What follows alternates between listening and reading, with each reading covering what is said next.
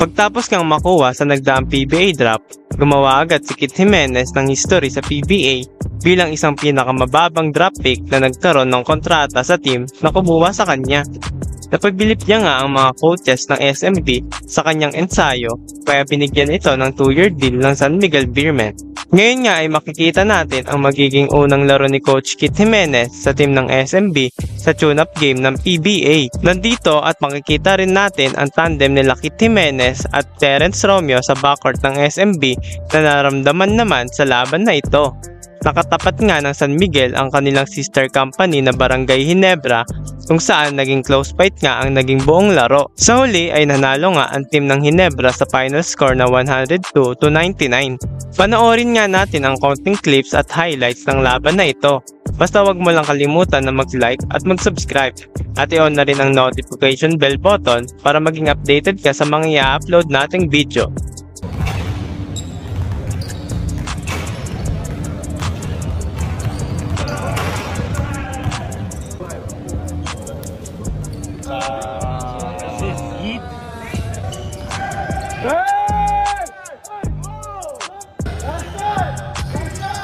That's it!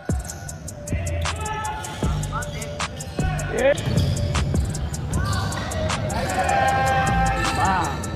Yes, sir!